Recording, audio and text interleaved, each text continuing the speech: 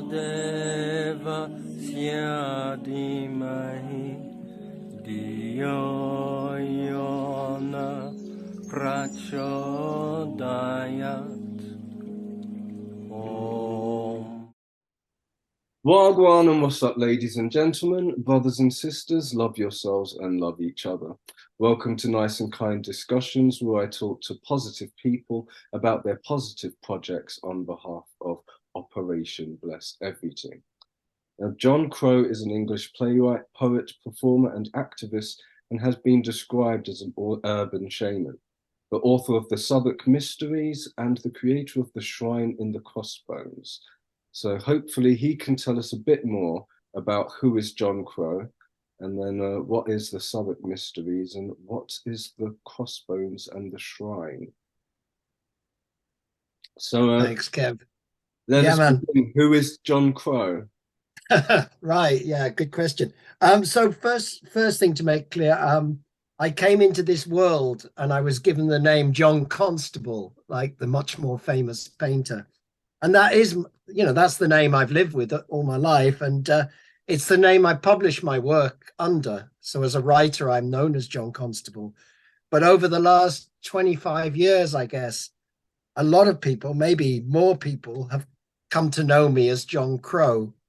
And this is a kind of, it's a name I took on, or it took me on, I would say, over the years. There were a whole series of little things happened in my life that led me to assume this name. And when I finally did, I took it on as a kind of literary persona. So a way of writing in a character that freed me from myself, from my own limitations. And particularly, I applied John Crow to what I would call my magical or shamanistic writing, where I wanted to try and push the boat out further, sometimes, though not exclusively, working with psychedelics. So John Crow became, if you like, a kind of a vehicle, a persona for me to do this kind of work, which has always interested me, which is this place where, if you like, art and magic come together. And I'm interested in that very much in the context of Western culture, where I feel there's been a great deal of incorporation and sheer appropriation of indigenous cultures from around the world into Western culture under this very loose shamanic kind of umbrella. And I think what interests me is about bringing art and magic together. It's that in this culture, there hasn't really been a solid or a well-founded magical tradition. There's lots of fragmentary behaviors, folk religions, individual practices that people try and, you know, bring together into something codified. But to me, a lot of the functions that, let's say, shamanism and various kinds of magical works in indigenous communities, particularly, I would tend to know South America best for this. They are very particular, you know, to a whole world view, that when we try and import this, we inevitably, I think, distort it. And what interests me is that in the last, say, 500 years, where we've really lost touch with these kind of practices, they've in a way survived in art, in poetry, in theater, in various artworks in the West. So that very much interests me, the idea of using art. And in my case, I'm a writer, a poet, and a playwright, performer. So what interests me is how can we use that to channel some of the energies and some of the forms that we might encounter in traditional shamanistic practices. So that's how I came to be working with John Crow. I could tell you stories of how he came to me, but that would take longer. But suffice to say that in 1995, I did a solo show called I Was an Alien Sex God. And it was, the title was intended humorously, was being the key word. But it was an attempt to not only to deal with Well, partly it was about my obsession with David Bowie when I was a young man, like as many people were. And it was also trying to make sense of some of my experiences on LSD when I was 17 and 18.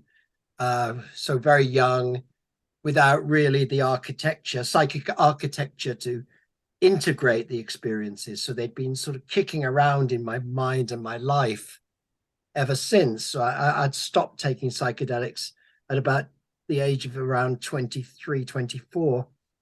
And I'd started again in my 40s, but hadn't had very exciting results until the night John Crow met the goose, which we'll come to soon. But for Okay, now, I'm unless intrigued. you've got questions, There's lots there to reflect on. Yeah, specifically, yeah, where our histories have some similarities and where I've had some similar perspectives, and it might be interesting to explore those perspectives a bit deeper before going more into your specific projects.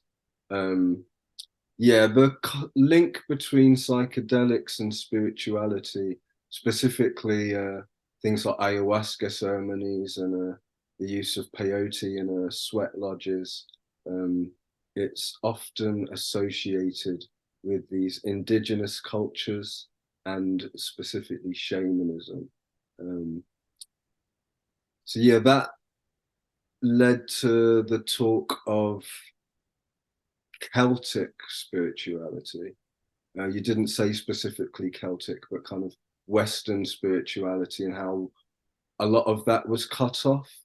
And that skips a lot of subjects. For example, part of how and why we were kind of cut off from our indigenous culture with genocide and witch burnings, and a lot of the knowledge was lost due to it literally being stamped out by the church, etc. And the Romans attacking the Druids as well. So yeah, there's been a lot of lost knowledge, and in my personal journey, there was maybe 3 or 4 years when I was connected with a lot of Druids. I was going to either Stonehenge or Avebury every solstice or equinox straight for quite a few years, and attending ceremonies with the Druids. And as heartfelt as all the rituals and ceremonies were, when I did my own research into the roots of what modern day Druidry, in inverted commas,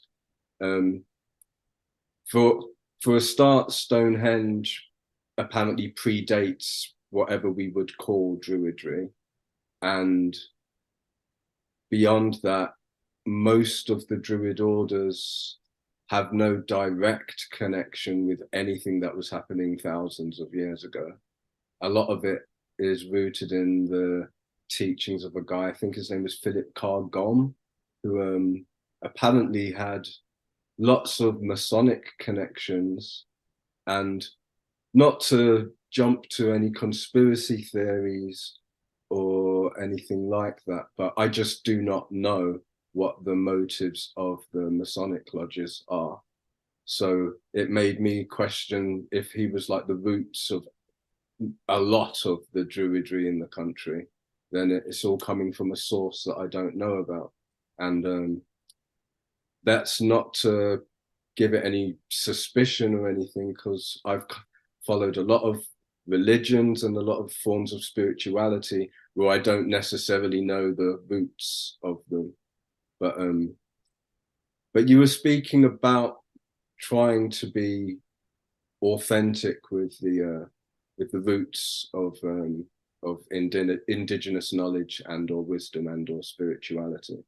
So I'd very much. I'd like you to reflect on what I've said so far. I wanted to, yeah. I mean, firstly, just to say, I met Philip Carr-Gomm a couple of times, and he strikes me as a thoroughly decent bloke who genuinely gets a connection. However, in the wider sense of what you were talking about, It's certainly true. You know, Druidism is an invention. I mean, it's a relatively modern invention, and people get very exercised about this, which I find quite strange in alternative spirituality, that given that it is in itself a reaction to organized institutional religion, I find it interesting how much energy people put into sometimes trying to make it itself a kind of an institution.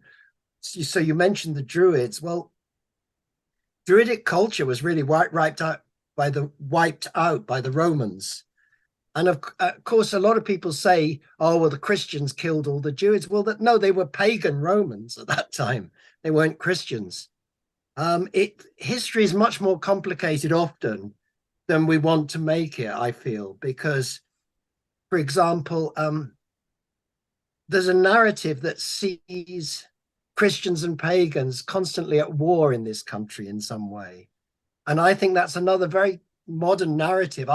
In fact, I tend to the view that paganism as a religion, in other words, like Islam or Christianity or other institutional religions, I don't believe really exists or has ever existed.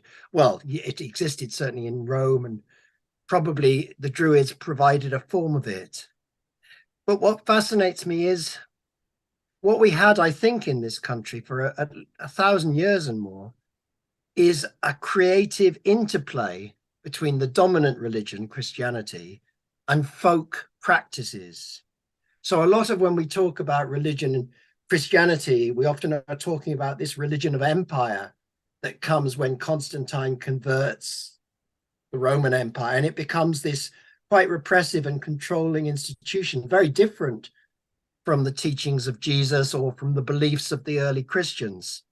And what I think here in Glastonbury, where I live, there was a tradition spanning at least 1,000 years of what we call Celtic Christianity, where you really get pagan practices and Christian beliefs intermingling and, if you like, appropriating and incorporating one another. And that to me is a very fascinating process that's going on. So, for example, here in Glastonbury, we have Bridie's Mound, and we celebrate Bridie at Imbolc. But Bridie was also a Christian saint, St. Bride, who, according to legend, came here and studied at Glastonbury Abbey. So you have these two seemingly distinct traditions, but which actually, in many ways, act as bridges between worlds. And in fact, that's very appropriate because in pagan terms, Bridie, the goddess, Bridget, is very much connected with portals, wells opening to the other worlds. So these are the things that fascinate me. And just to try and pull that together with what I was saying earlier, I feel that art has the ability to go to a different place than doctrine or than polemic. In fact, this is why, to me, I am a poet. I choose to be a poet rather than a politician or a polemicist, although, of course, those things are part of poetry too. And it's because, for me, poetry is always reaching beyond words, beyond the ideas that it embodies. It's always reaching for an idea that somehow we know exists, but we haven't fully got hold of. And I love that. And this is how I feel, I suppose, what I'm talking about.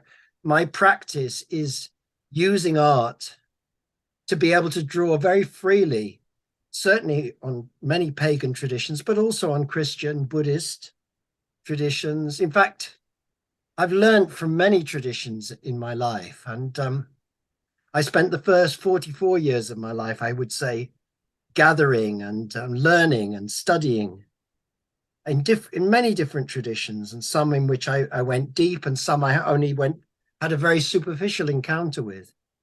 But they all in some way have shaped that. And I'd say in my early 40s, I had a bit of a view of myself by then as being a bit of a spiritual dilettante in a way, that I was dipping into all these traditions, but they didn't seem to connect up. And then in 1996, I had this vision, or John Crow and the Goose had this encounter.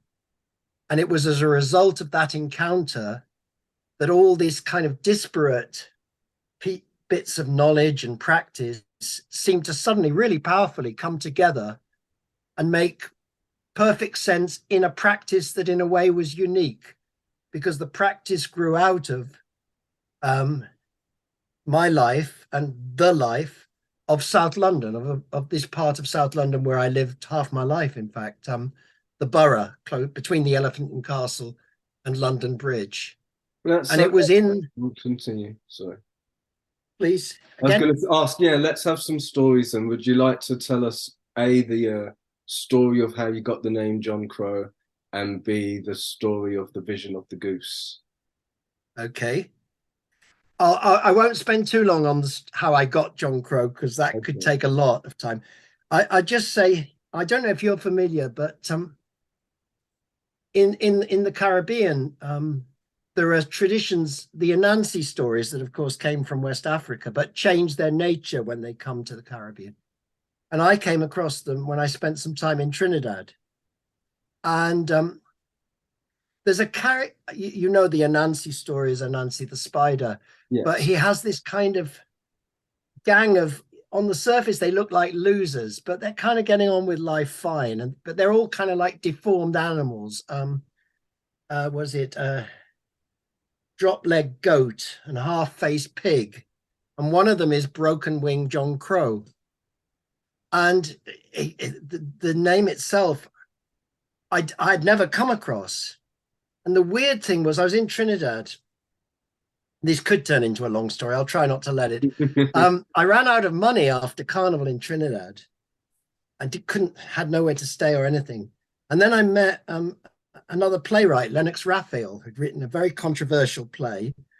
And his theatre had just been firebombed because he was kind of backing the socialists in the election, and it all got a bit out of control. Wow. And his theatre got firebombed.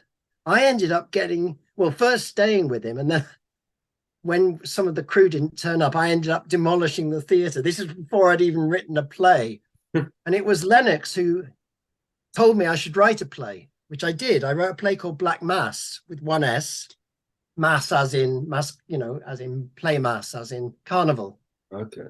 And it was about Trinidad and Carnival, although it was really about white people's experiences in Carnival, and particularly about, it was kind of reversing. Remember, this was written in the 80s. It was reversing that sort of idea that white people necessarily feel,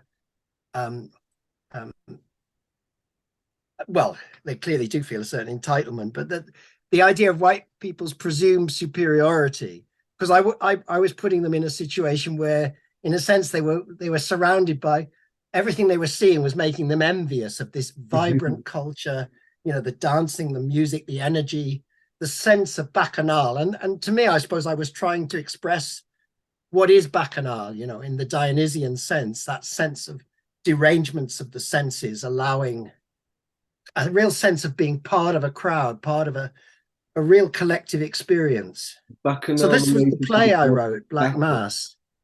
Say again? Is the phrase bacchanal related to the god Bacchus? Very much. Who's the version of Dionysus? In fact, god of pleasure and hedonism. Yes. All of Carnival in Trinidad is very about taking classical themes, I would say, and subverting them in very funny and powerful ways.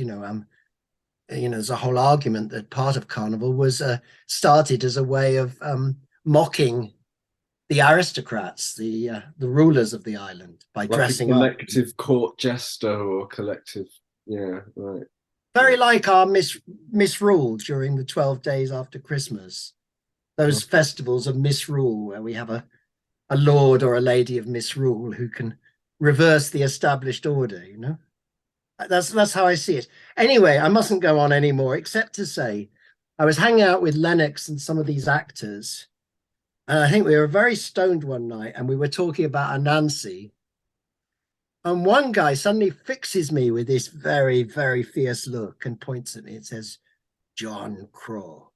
Just that, Wow. But, in the state I was in, it gave me a start. It shook me. What's that about?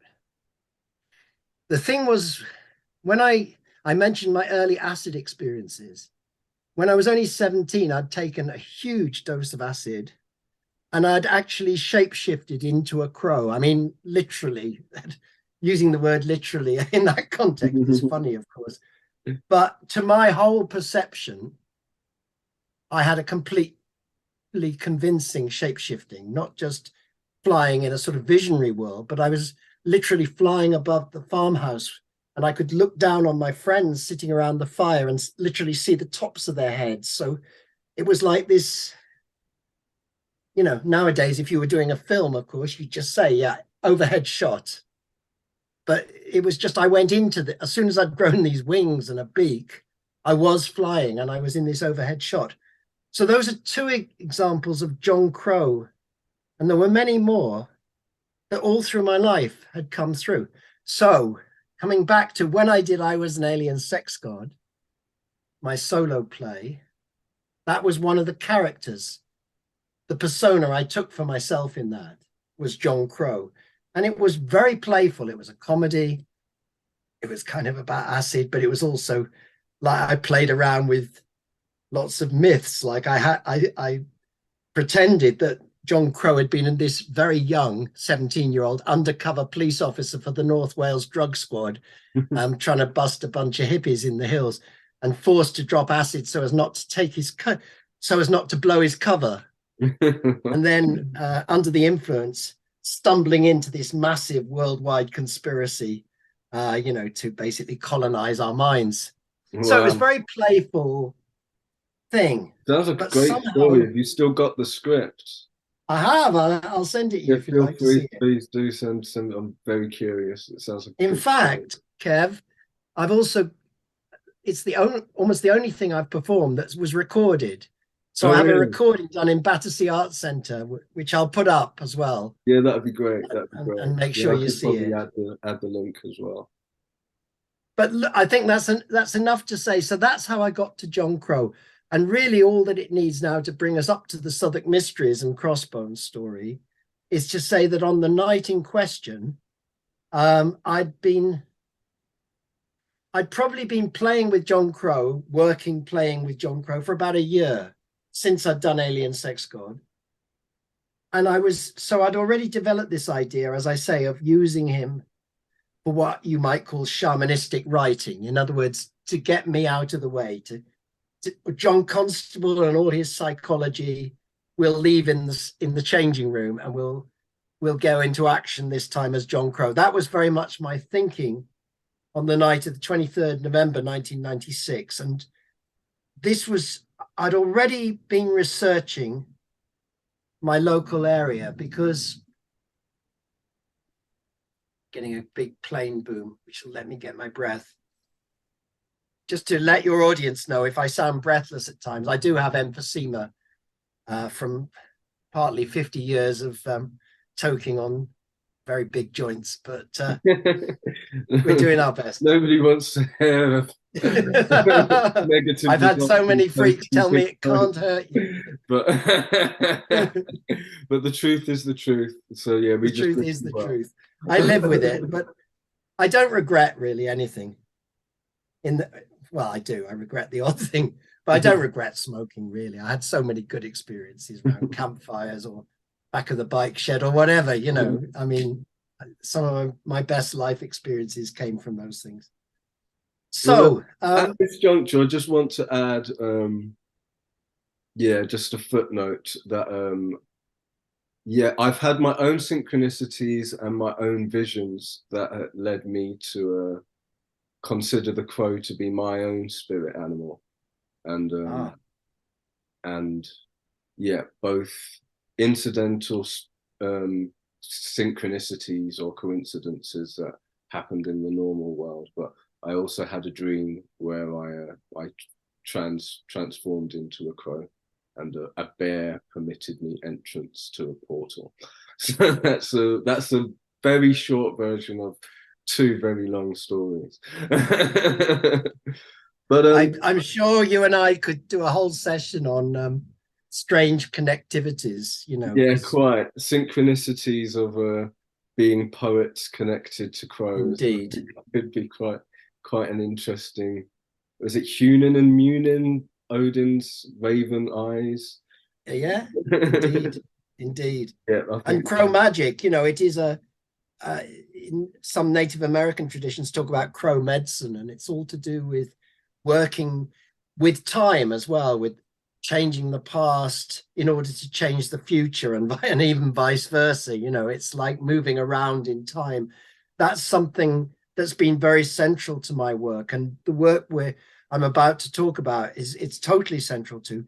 So what happened 23rd November 1996, I'd spent a few months before researching the history of my area, which is about a mile around my house, as I say, the Borough and Bankside on the South Bank, which happens to be the oldest part of London, as old as the Romans anyway, and probably older. And so it was perfect for a millennial work, you know, the idea of 2,000 years encapsulated in a small place. So I had a lot going for me in research.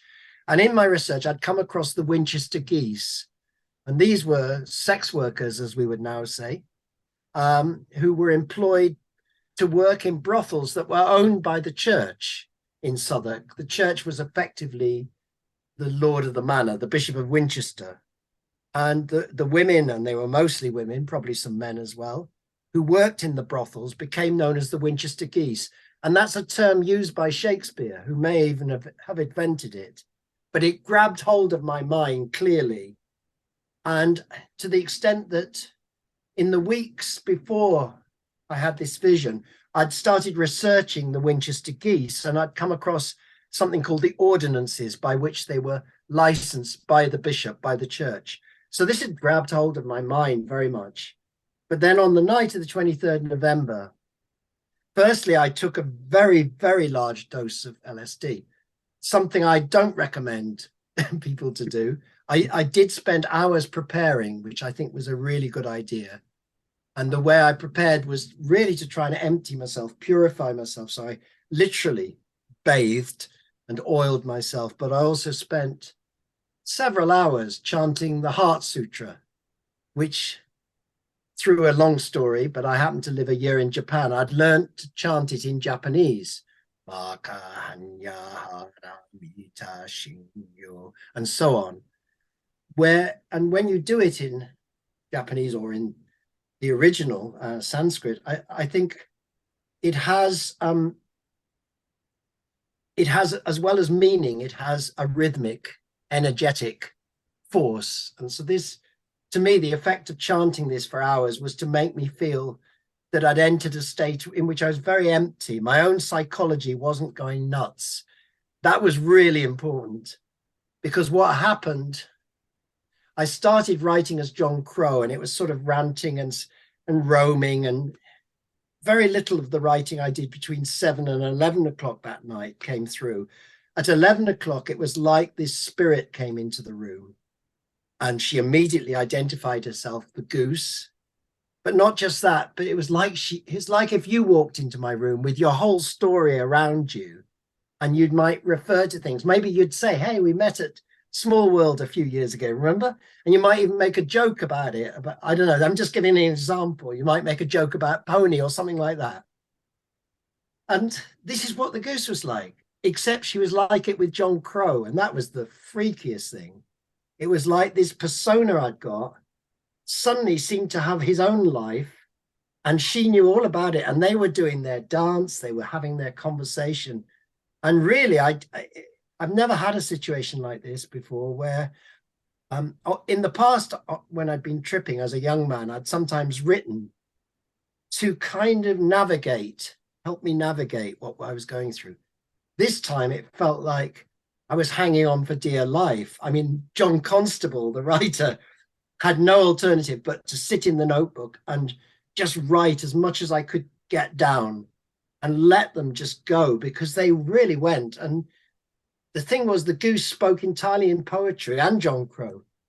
I hadn't written rhyming poetry, Kev, since I was in my teens, you know, so all of this was very new territory to me. I'd been at this stage, I thought of myself as a playwright, not a poet, really. That's We great. can Well, dive I in think with- simplest is to give you a bit of the rhyme and let it speak for itself, you know, because then you see the strangeness of it, maybe. So this is just one complete section in like maybe a 20-minute continuous poem that came down that night. In fact, there was even more of it than that. So this is just a little bit of it, and it's the goose definitely talking. Yes, I've been here before, dear. Oft times in chastened circumstance. I lay with Master Geoffrey at the Tabard, making dalliance afore wending on his pilgrimage to tell a tale of Canterbury. And I rode out beside him as the child of Mary Overy went riding for a vision of humanity, man, God, and beast communing for one moment in eternity, and the healing of the sick and the questioning divinity who asks herself, what am I, to permit such wanton misery and compassion for all souls that dwell in shadows of mortality, compelling her to take on very flesh of that infirmity until she's born a crafty whore, stewed in a Southwark hostelry, and using all her wherewithal to take a pilgrim's fancy and lay with him and play with him and open eyes to see the goddess that on judgment day shall stand by us and make our plea. And I was in that miller's wife who pushed her tush at Absalom, who kissed he many a wench's lip, but nary such a hairy one. You don't know me yet, dear. You will, dear, I promise you. I am a tricksy tart, dear. My aim is to astonish you. So that's like a bit that came down pretty much complete around midnight that night, and you could see that it had totally captivated my mind in a sense. All I could do was write it down. I wasn't in control of where it was going, really, and it really felt like all I could do was kind of surrender to the goose and take my chances that she was a good one, because she was clearly a powerful one, whatever it was that had been conjured up. And that's how it was. The whole night was like journeys with the goose and John Crow, and journeys in mind, and then even walking out and around that part of Southwark in the middle of the night and visiting these sites and getting all these new insights and finding other places I didn't even know about. And at the end of the night, I had this poem, The Book of the Goose, and then that grew into, well, it was the first of 7 or 8, depending on how you count, of these vision books. So they're poems kind of channeled. I'd say they're a form of authentic mediumship, you know, in the sense that they have an identity and they contain a knowledge and a kind of backstory all of their own that I didn't sit down and consciously determine in any way. And so anyway, that was the first part of the Southwark Mysteries, and strange things happened from then on, really. So within 2 or 3 years, I'd written a mystery play that was performed in Shakespeare's Globe and Southwark Cathedral. And in fact, it was on the 23rd of April, 2000, which was St. George's Day, Shakespeare's birthday, and Easter Sunday. Wow. So it caused a huge ruckus in the church with, well, huge ruckus. A few fundamentalist Christians were shocked by the thought that this such a work was going to be performed in the cathedral. Essentially, a poem about prostitutes was performed in a cathedral.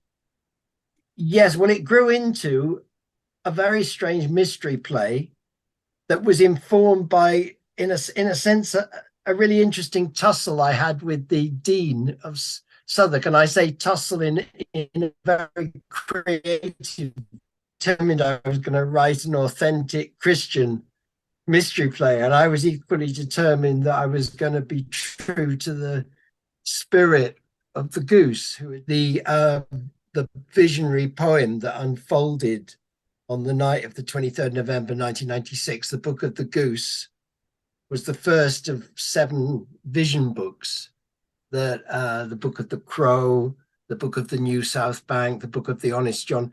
So each book explored a different aspect of this kind of revelation of the goose, of this sex worker spirit, come back to reveal the spirit in the flesh, the sacred in the profane, eternity in time. This is one of the themes running through the whole work. And so the first part of it was these poems, the vision books. The second part was this mystery play, which has Jesus in it and everything. He's just a radical Jesus. He's like the outcast God. And then, and which was very orthodox, of course, around the 2nd century AD, as the church were keen to assure me. I'm only a heretic for the last couple of millennium. And then the third part was the glossolalia, and that was like all the things it triggered in me about the magic that seemed to be waking up in Southwark at this time. Because, I mean, this definitely started, I'm a writer, and this started as a literary work. That was my aim. But somehow the literary work, to some extent, got eclipsed, but in many people's minds and in my own life, by the work that it generated. Because the strange thing, and this is what connects the Southwark Mysteries with Crossbones, was that night of when I wrote the first poem and walked around the streets. As I say, we went to places like the site of the Tabard, you know, where Chaucer and the Pilgrims set off for Canterbury, or the site of the Globe, or Southwark Cathedral, which was Mary Overy Dock, the Church of St. Mary Overy. So these are sort of magical places that I'd heard about in my research, and in a way my mind, in this very enhanced state, you could say, was simply looking at them in a new light, which was in itself fascinating. But to me, there was something else happening, which was this guiding hand of the goose, this sense of someone who'd taken over the show. That's the best way I can explain it. It was like a show in every sense, a revelation of a different kind of history, perhaps. You know, people use the word herstory, and that's in a way, this was definitely a goose's, a medieval sex worker's take on what's holy and sacred and good in the world. And it became very powerful. So in the middle of the night, she took John Crow and me to the gates of this industrial site and made it really clear that this was the holiest place we'd visited. You know, we'd just been up at the cathedral, but no, this is the place, this dump, looking through a rusty iron gate. And this was when these fragments of, well, we know how the carrion crow does feast in our Crossbones Graveyard, which, when it came through, it really did give me the shivers. And it was kind of, I felt it was intended to. It was like, at the time, it was the goose letting me know, no, this is serious business, boy. Don't think you can just fuck around with this. Something big is here. And yeah, it was very, very weird. But at the time, I sort of felt it had come out of my imagination. And it was only about a couple of weeks later, I went to the local studies library, started researching, and found a reference to Crossbones as a real place, and then connecting it with the Single Women's Churchyard, which is a sort of semi-apocryphal bit of history about how the women who worked in the brothels owned by the church were denied Christian burial. And so they had their own burial ground, and the myth that this was Crossbones. And this was what the sense that I had, was that I'd sort of not so much made anything up, but that I'd reconnected with an ancient sort of archetype or myth that was simply kind of reinventing itself through me, through my own contemporary language and way of seeing the world, but still with its own imprint to let me know, no, the goose was here. This is the goose's teaching. And that's how it works. So very soon it led me to, firstly, to perform the vision books of the Southwark Mysteries as part of the Halloween of Crossbones. And that was 13 annual rituals. So for 13 years, every Halloween, we performed this ritual, beginning with the poems, the vision books, which are exploring all these ideas of spiritual transformation happening in the borough around the time of the millennium. And that spreads out into a campaign to save Crossbones itself, the physical space. And it wasn't initially the idea, but it just took hold. And it took hold of my life and my wife Katie's life, and many friends at Crossbones who sort of started appearing, because suddenly the graveyard, it seemed to wake up. It really seemed to wake up. So we started, first we did the Halloween ritual every year, but overlapping with that, by 2004, we were meeting every month on the 23rd of every month at 7 p.m. And that tradition has continued right through, completely unbroken, even during COVID, when officially it wasn't happening. People we know were still turning up and meeting at the gates. You know, it's one of those strange places that calls people in so many different ways. But to me, it's first and foremost, it's dedicated to sex workers. And that's really important, because it's something, you know, that really hasn't been acknowledged in our culture, that the sort of lies that are told about prostitution from the tabloid press, but through the centuries, really. Through doing the work at Crossbones, I got to know quite a few contemporary sex workers, including a lot of quite empowered people whose narrative is so different from the dominant narrative we're told about of this sort of evil underclass. And I think so, but opening out from that, Crossbones is the outcast graveyard. An outcast is very often a self-defining thing in this society, and this is what we've sought to make it. I think I'm happy to do some questions or comments from you, Kev, because I've tried to keep it brief so as not to... No, that's brilliant. That's brilliant. That was all good. So, Crossbones, before your involvement and the shrine and the regular meetings, Crossbones was just a graveyard at this point. No, it wasn't a graveyard. Right. It wasn't recognized as a graveyard. Right. It was a site awaiting development. So it was described in the development application as a derelict industrial site. There was no mention of a graveyard. Right. This was the extraordinary thing of how it caught hold of us all, because it was like they were trying to push it through.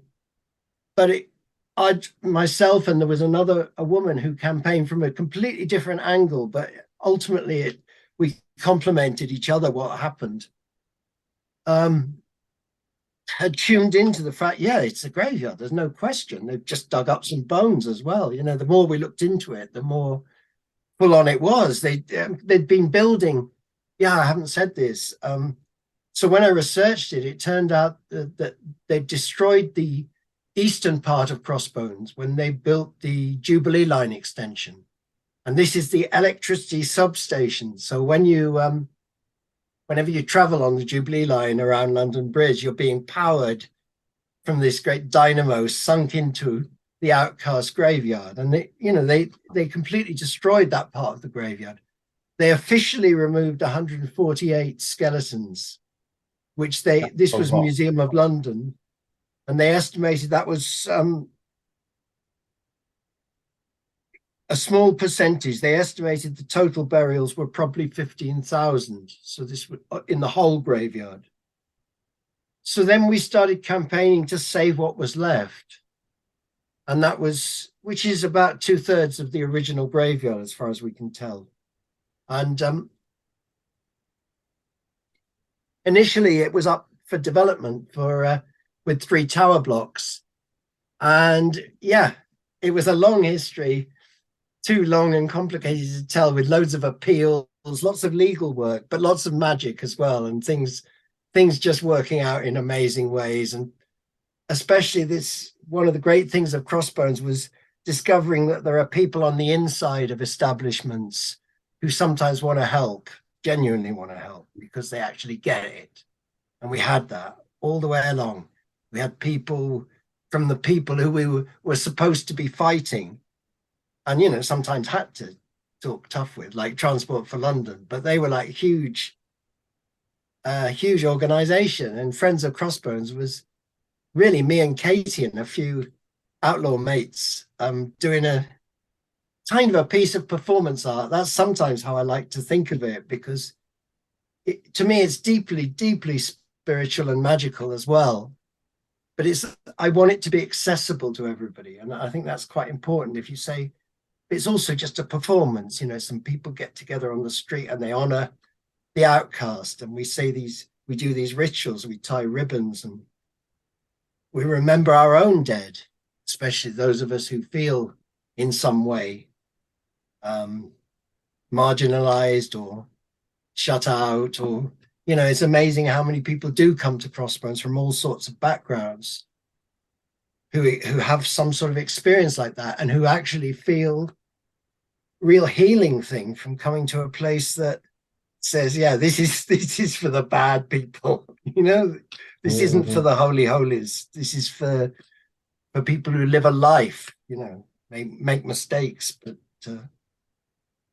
still have a spiritual dimension to their lives.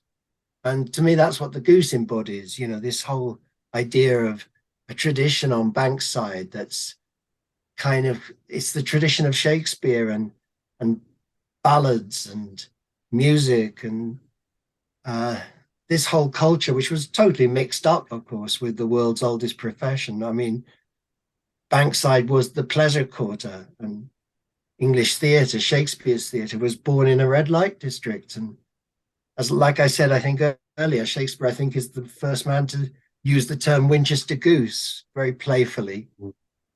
Yeah, he created a lot of our language, actually. Yeah, responsible for a lot of our slang and stuff. exactly. I wanted to clarify something and then maybe ask you a couple more questions. So, If we've got time. yeah, quite. So, you had this vision of the goose, and then you found out that there were people actually buried there. Is that what happened? Yeah. Yeah, very much. Something shamanic going on, basically. I would say so, yeah, because it was that sort of it was the key. Do you get me? It was like the goose showed me there the key. It was like she took me there that night and said, this is the place. And it's like, it was rusty gates, it was tin cans rattling around and paper. It was it looked like a shithole, you know. I mean, that was almost the whole point of it. Place, basically, but you didn't know that there was actual history there, and that at that stage not, but very soon I discovered that.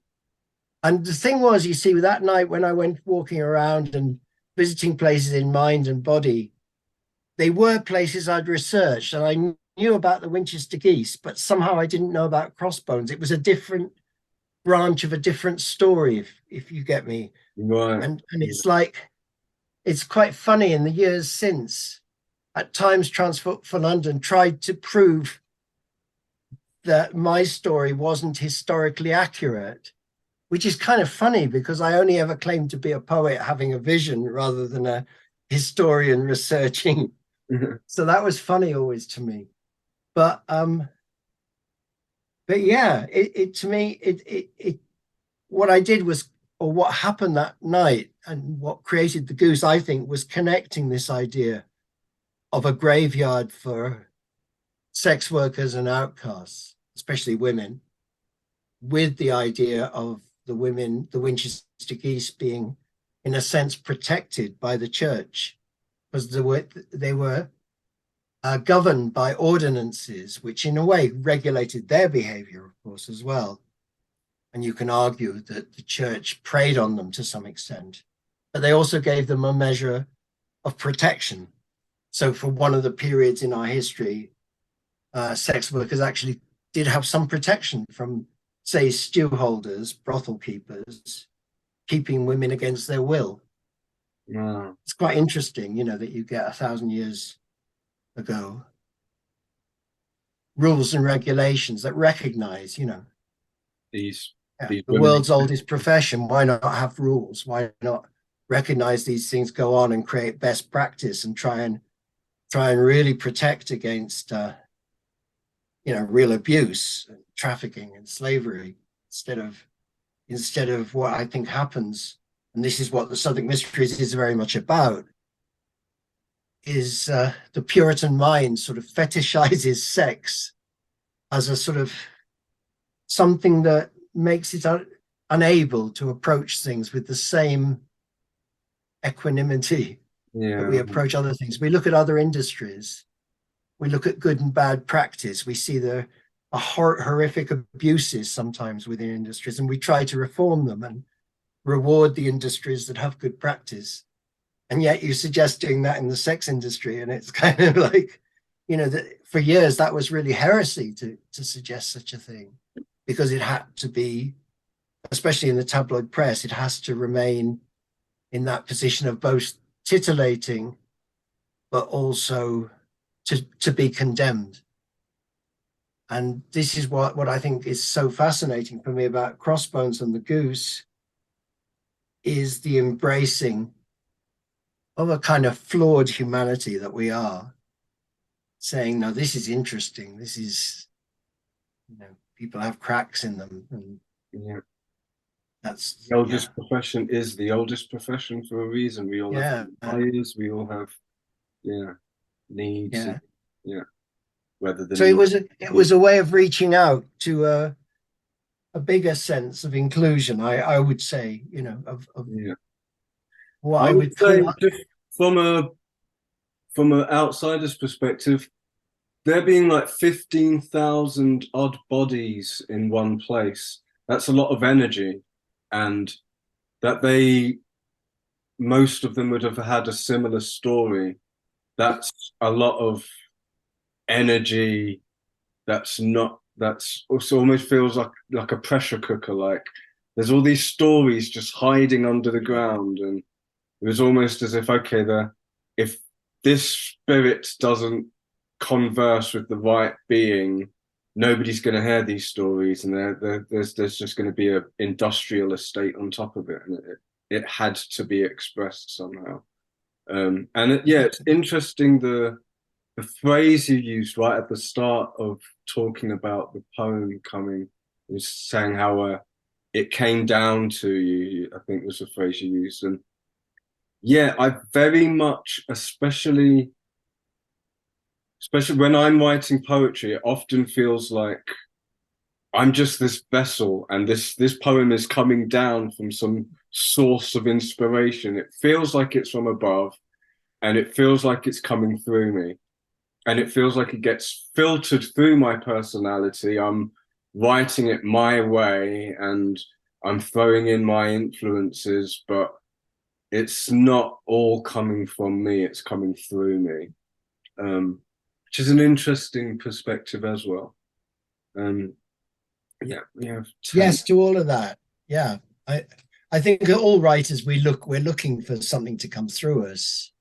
And I think it was the conjunction you mentioned a moment ago, the fact that it had just been dug up, and that it clearly was contested land, and all the pain that you mentioned of these 15,000 spirits. So the early years were very turbulent, psychically for me.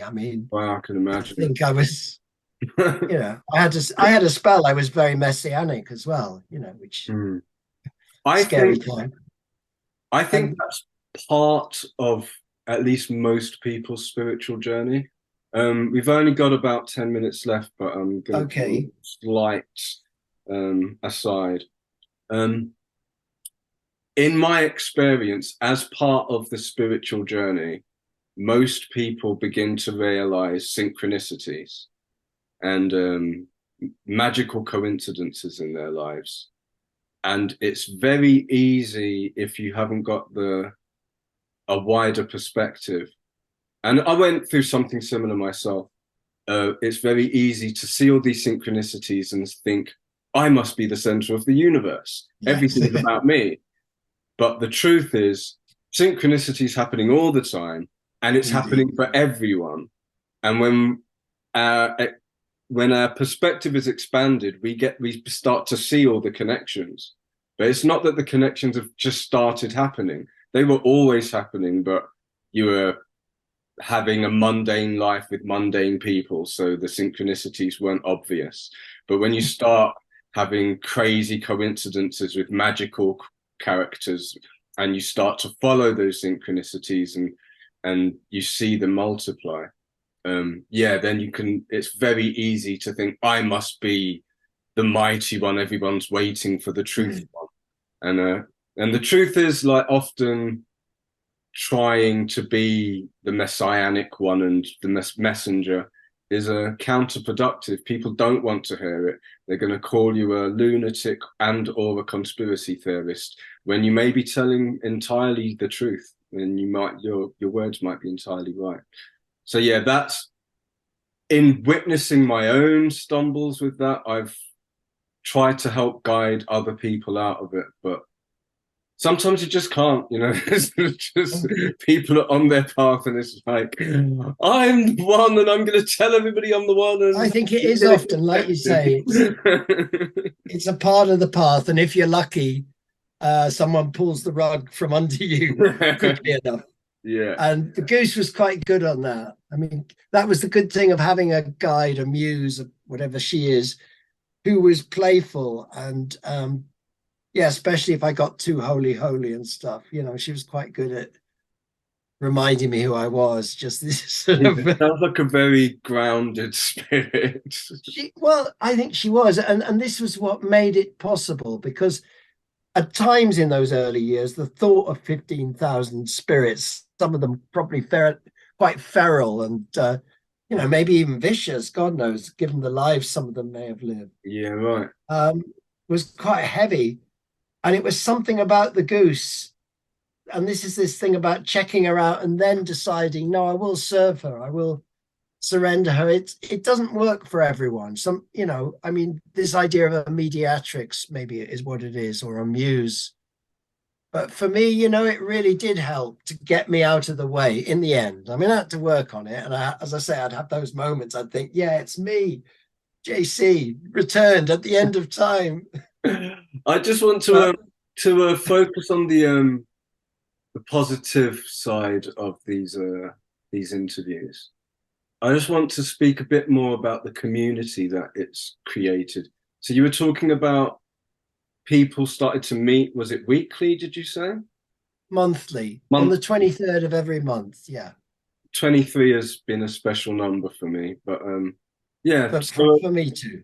It's created a community that meets on the 23rd of every month still, and yeah. I take it, you're in Glastonbury, so I'm assuming you can't make it most of those times. But most of the times, but I have been known. I was there in July 23rd. I was there for the whole thing, yeah. And there were some beautiful things happening that day. So yeah, I go back when I can, and I mean, it's great to see that people have kept the you know, it's evolving all the time, which as it should, but it's also got a simple form of like how we open, how we close, and 2 or 3 very simple rituals, the tying of the ribbons, the holding of the light.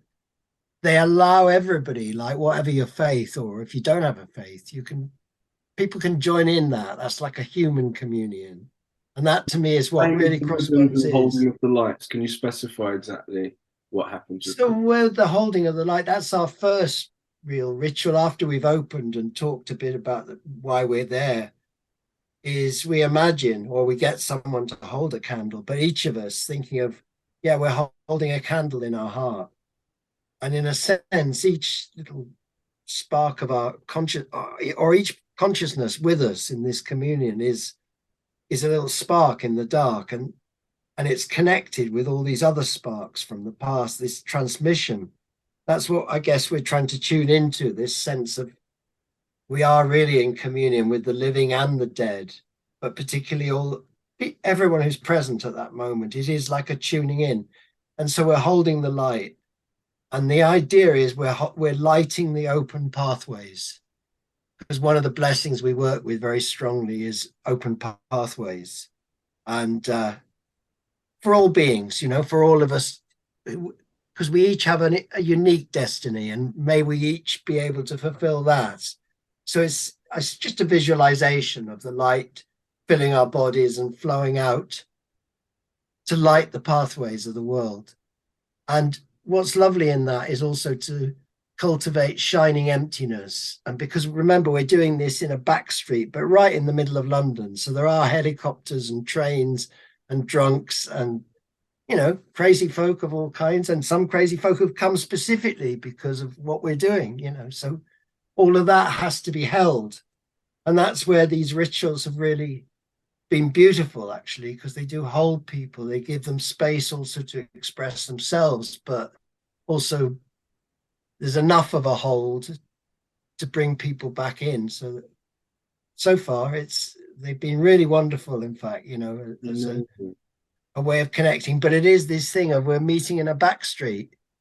And so any magic as well, we talk about magic. I think magic there's a simple magic. It's not about hiding in a room to recite some forbidden spell. You know, that's part of the fun of transgressive magic. But I think with something like Crossbones, what's interesting is it has to be stuff you can do in the open and without fear, really, that you're giving people something really bad. So what the magic you do can only be about aligning with a work of healing. To me, at Crossbones, you know, it's so obviously why people love it is because it embodies a bit of healing in London, especially given that part of London. It's ironic, you know, it was where we lived, but I lived half my life there. And really, it was like I fought for Crossbones for 25 years and we've saved it. And everywhere else is pretty much gone. You know, it's high rise, very expensive flats. It's not the place I moved to, you know, and this is the case for many people. It's partly why I had to move. Wow. But that's cool. That's cool too, you know. It was good to get me on the land. Are you in Bristol? Say again? Are you in Bristol? I'm currently in Portugal. How are you? Yeah, I grew up in London. I was in London the first 25 years of my life, and then I moved to Bristol in my mid-20s and was there for most of my time until, well, give or take a year in Glastonbury and a year in Bath. I just want to say on your behalf that you do mediumship and other shamanistic practices, and we'll put links to anything that you want to promote underneath. But I would also like to say, if there's more you want to talk about specifically, I'm more than willing to have more conversations with you, because bless you. I find it really inspiring anyway, and I'm going to find excuses to have more conversations with you, basically. Cool.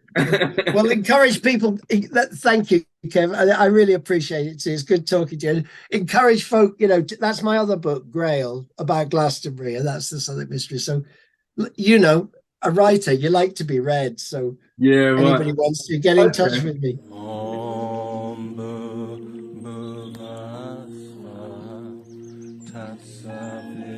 So thank you, brothers and sisters, for watching. Love yourselves, love each other, and remember you are Mother Nature. Love.